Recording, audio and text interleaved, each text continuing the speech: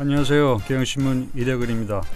오늘은 북한의 전략군 사령관이 미국의 괌을 포위 사격하겠다고 발표한 데 따른 여러 가지 논란을 다루도록 하겠습니다. 도널드 트럼프 미국 대통령이 북한을 향해서 화염과 분노라는 자극적인 발언을 하자 북한이 전략군 대변인 김낙겸 전략군 사령관이 나서서 미국 괌 주변을 미사일로 포위 사격하겠다고 발표를 했습니다. 드디어 김정은 북한 노동당 위원장이 처음으로 세계와 맞닥뜨리는 순간입니다. 이제 김정은과 트럼프는 전 세계가 지켜보는 가운데 지뢰밭 위에서 탱고를 추게 될 것입니다. 북한 발표 내용을 액면 그대로 받아들이면 전쟁 불사 선언이라고 할 수가 있습니다.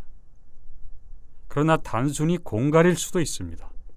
사실 지금 북한이 탄도미사일의 재진입 기술을 완비했는지도 불확실합니다. 하지만 김정은의 속을 누가 알겠습니까? 실제 행동 계획일지도 모릅니다. 그 경우 우리는 화성 12형 미사일이 정확하기를 빌어야 합니다. 탄착점인 괌의 영해 밖이 아니라 괌의 영해안, 나아가 괌 영토 안에 떨어질지도 모르는 일이기 때문입니다. 이게 바로 세계가 긴장하고 일면 당혹감을 느끼는 이유입니다. 이번 도발의 주체는 김정일이 아닌 김정은입니다. 김정일도 1970년대 판문점 미루나무 사건 이래 무모한 도발을 한 적이 한두 번이 아닙니다. 그래서 외부 세계는 김정일의 도발 방식에 익숙해졌습니다. 도발의 수위를 어느 정도 예측할 수 있고 일정 수위에 이르면 국면 전환도 할 줄 알았습니다. 이에 반해 김정은의 도발 행태는 전혀 알 수가 없습니다. 막연하게나마 김정은은 더 젊기 때문에 더 무모하고 더 충동적인 행동도 할 인물로 간주되고 있을 뿐입니다. 어디까지 위기를 끌어올릴지, 어느 단계에서 회군할지 판단하기가 어렵습니다. 게다가 과거처럼 막연한 전쟁 위협 발언을 한 것이 아닙니다. 일방적인 미사일 발사 계획을 상세하게 공표해서 북한 스스로 되돌리기 어려운 상황으로 몰아가고 있는 그런 느낌입니다.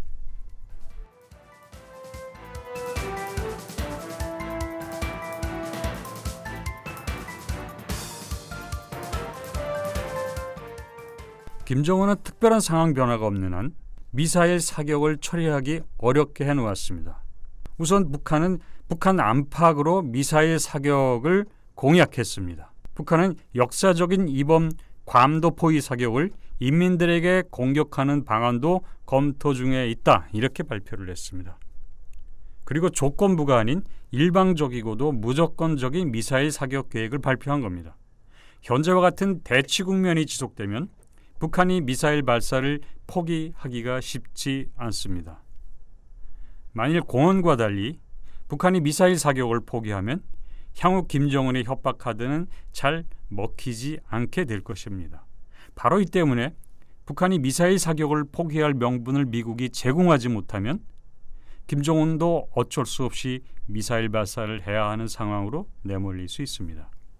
만일 괌을 향해 북한 미사일이 날아오면 미국은 사드, 이지스함의 SM-3로 요격할 것이 분명합니다. 이는 괌 사격이 북한 미사일 기술 수준과 미국의 미사일 방어 능력을 겨루는 무대가 된다는 의미입니다. 만일 북한의 미사일 4기가 모두 요격되면 평소 효과를 의심받아왔던 미국의 미사일 방어망은 재평가를 받게 될 것입니다. 미국은 북한 미사일이 사드를 뚫을 가능성이 0.0001%라고 주장을 합니다. 그래서 미국이 요격에 성공하면 성주의 사드 배치를 앞당기도록 압박하는 효과도 생길 것입니다. 북한이 탄착점 좌표까지 제시했는데도 만에 하나 미국의 요격이 실패하면 미국은 고스란히 북한이 위협의 무방비임을 드러내면서 치명상을 입게 됩니다. 안보상의 논란뿐만 아니라 정치적 논쟁을 촉발하면서 트럼프 행정부의 대북 정책 실패, 안보 무능이 도마에 오를 수가 있습니다. 한마디로 북한 미사일은 최대한의 압박과 관여라는 트럼프 대북 정책을 파기할 것입니다. 북한은 이 게임에서 미국처럼 큰 타격을 입을 것 같지는 않습니다. 북한이 미국의 요격망을 뚫고 미사일 사격에 성공했다고 칩시다. 그러면 전 세계의 이목을 집중시킨 가운데 북한의 미사일 역량을 과시하고 초강대국 미국을 무릎 꿇렸다는 내부 선전으로 권력을 공고히 할 수 있습니다. 국제사회의 여론도 대북 제재 강화와 압박 중심으로는 상황을 개선시킬 수 없다는 현실을 받아들여야 한다면서 북한과의 협상을 통해서 위기 국면에서 전환해야 한다는 쪽으로 흐를 가능성이 큽니다. 이는 북한이 바라는 바이기도 합니다. 북한이 설사 괌 사격에 실패한다 해도 미사일 개발에 박차를 가하면 그만입니다.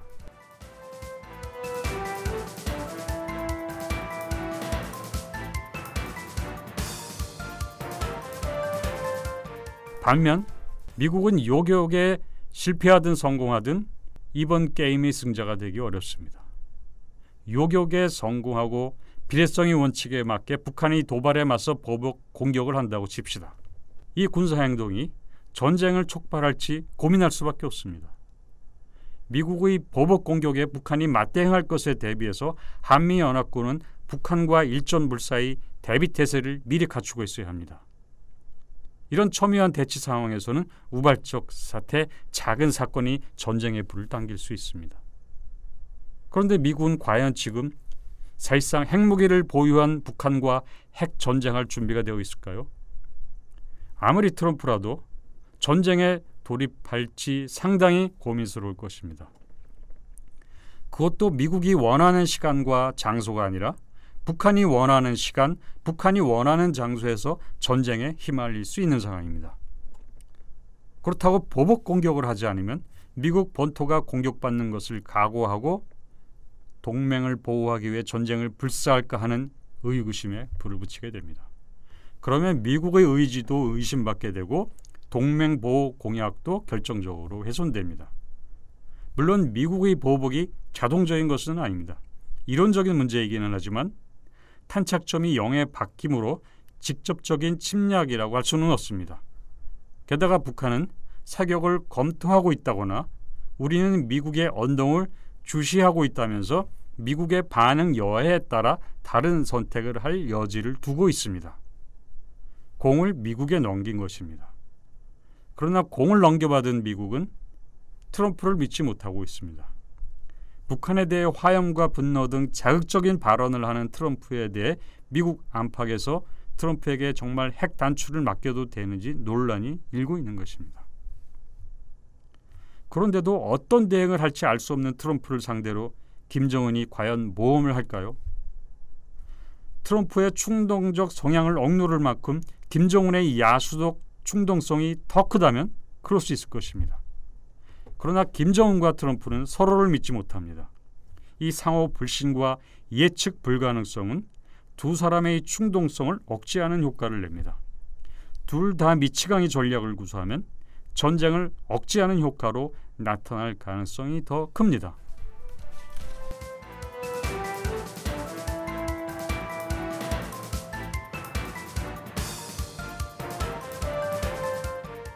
대부분의 침략 전쟁은 예방 전쟁입니다. 언제가 상대가 공격해올 것이라는 우려 때문에 먼저 침략해서 전쟁 요인을 제거하는 것이기 때문입니다.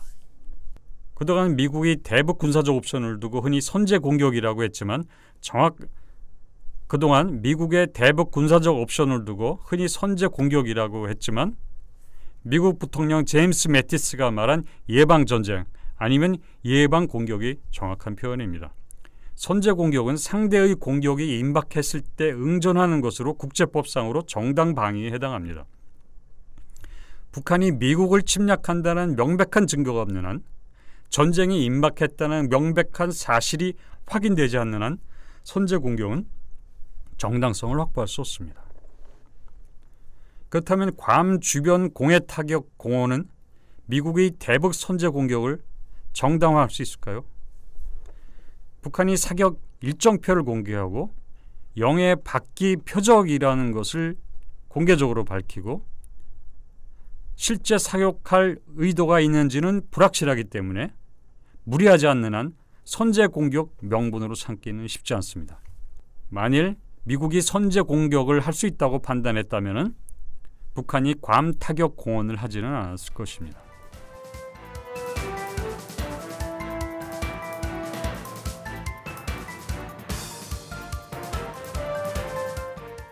공개 자살 위협은 대개 상대를 위협하고 경고하기 위한 것에 지나지 않습니다. 그러나 실제 자살로 이어지는 경우가 있는데 그건 자살할 테면 해보라는 주변의 부추김이 자살을 유도하기 때문입니다.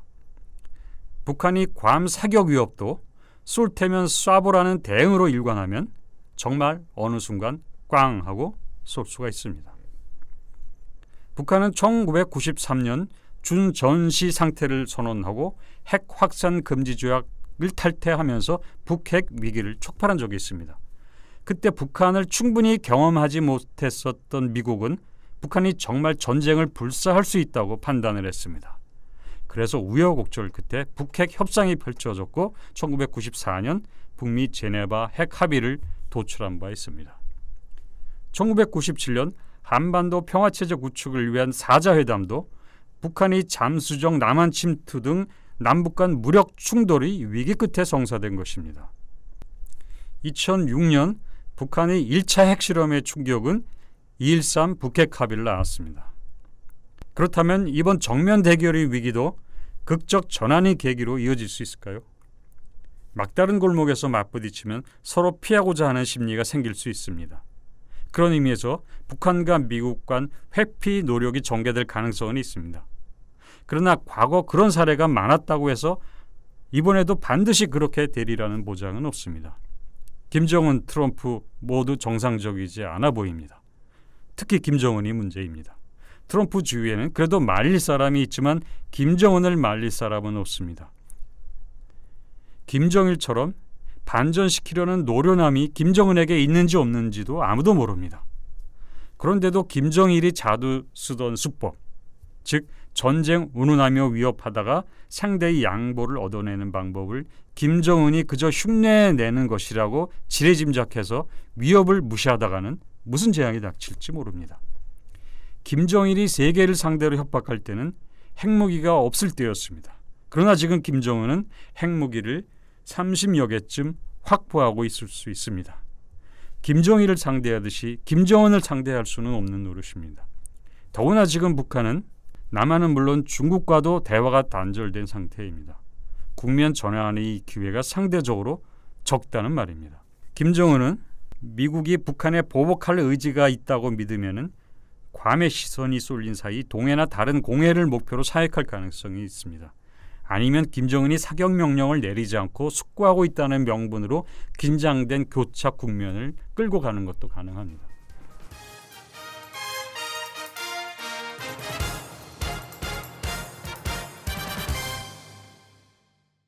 트럼프는 과거 미국이 실패한 정책을 단기간에 모두 반복했습니다. 중국에 의탁하기, 북한 압박하기, 그것도 일관성 없이 오락가락하면서 그랬습니다. 한 입으로 두 말하고 여러 입으로 여러 말을 했고 지금도 그러고 있습니다. 북한이 이런 트럼프를 믿고 핵을 포기할까요? 북한은 바보가 아닌 이상 미국과 전쟁하는 길로 가지는 않을 것입니다. 북한의 최고 목표는 김정은 정권의 유지입니다. 정권 붕괴와 변화의 길을 제 발로 걸어갈 리는 없습니다. 그렇다면 대안은 트럼프에 달렸습니다. 트럼프가 하기 나름입니다. 트럼프가 빨리 자신의 대북 정책이 실패했음을 깨닫고 대안을 찾아야 합니다. 이대근이었습니다. 감사합니다.